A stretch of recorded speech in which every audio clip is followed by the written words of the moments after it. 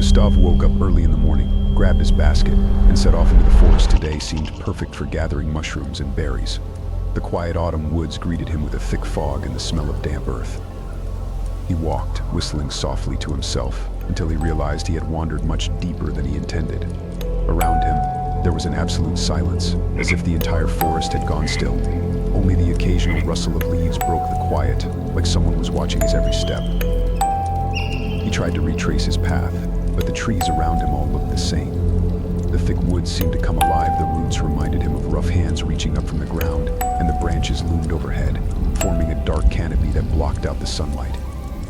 The farther he went, the more his heart clenched with dread, as if the very space around him was closing in, creating a trap with no way out.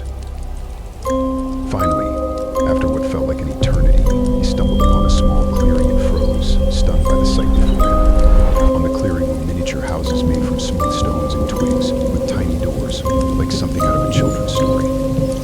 The houses looked perfectly tidy, as if someone had recently been using them. But a strange sense of danger hung in the air, like something ancient and dark lurked here, hidden from prying eyes. Gustav stared at the houses and felt a chill run down his spine. He leaned down to examine them more closely when he heard a low chuckling sound, like distant, malicious voices. He turned around and, to his horror, saw tiny figures appearing around him. Their faces were twisted and wrinkled, and their eyes sparkled with malice and greed. Gustav realized these were gnomes, but not the kind from fairy tales. These gnomes were ugly and cruel, with vicious, crooked smiles. Before he could react, the gnomes surrounded him. With each step he took, they seemed to multiply, closing the circle around him. In their hands were sharp, rusty knives and spears, too small to inflict serious harm, yet sinister as an ancient curse. Our forest. Our food, hissed one of them, his voice deep and menacing, filling the air with the stench of rotting wood. Panic surged through Gustav as he backed away, but the gnome's surprisingly strong hands quickly grabbed him and threw him to the ground. He screamed and tried to fight them off, but there were too many of them.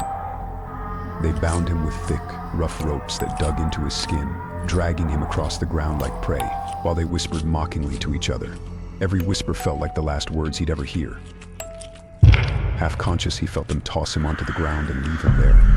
When he opened his eyes, he saw night had fallen. Before him, a fire crackled, casting eerie shadows across the tiny figures dancing around it in some ancient, terrifying ritual.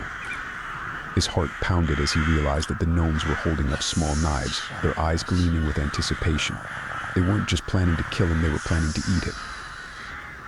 His hands were bound, but he began to discreetly twist his wrists, trying to loosen the knots. Luckily, the gnomes were too absorbed in their ritual to notice him slowly freeing his hands.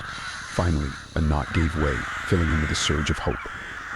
Seizing the moment, he leaped to his feet and sprinted into the dark forest, leaving the gnomes' enraged screams behind him.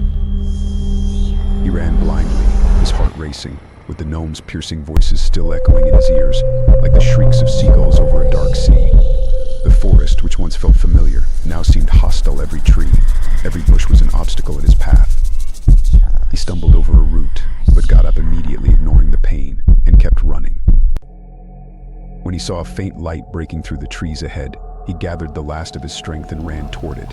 Yet it felt like the gnomes were still chasing him. Their voices drew closer, and he could still hear their sinister singing, promising they would not stop until they caught him. At last, he burst out of the forest and into the light. He looked back and saw the gnomes frozen at the edge of the darkness, their tiny forms appearing unnatural, like charred dolls. Their eyes gleamed in the darkness, glaring at him with hatred, their faces twisted into ghastly grimaces. They couldn't pursue him any further, but he knew they had left him with a mark of fear that would never fade. He had survived, but the forest would forever be his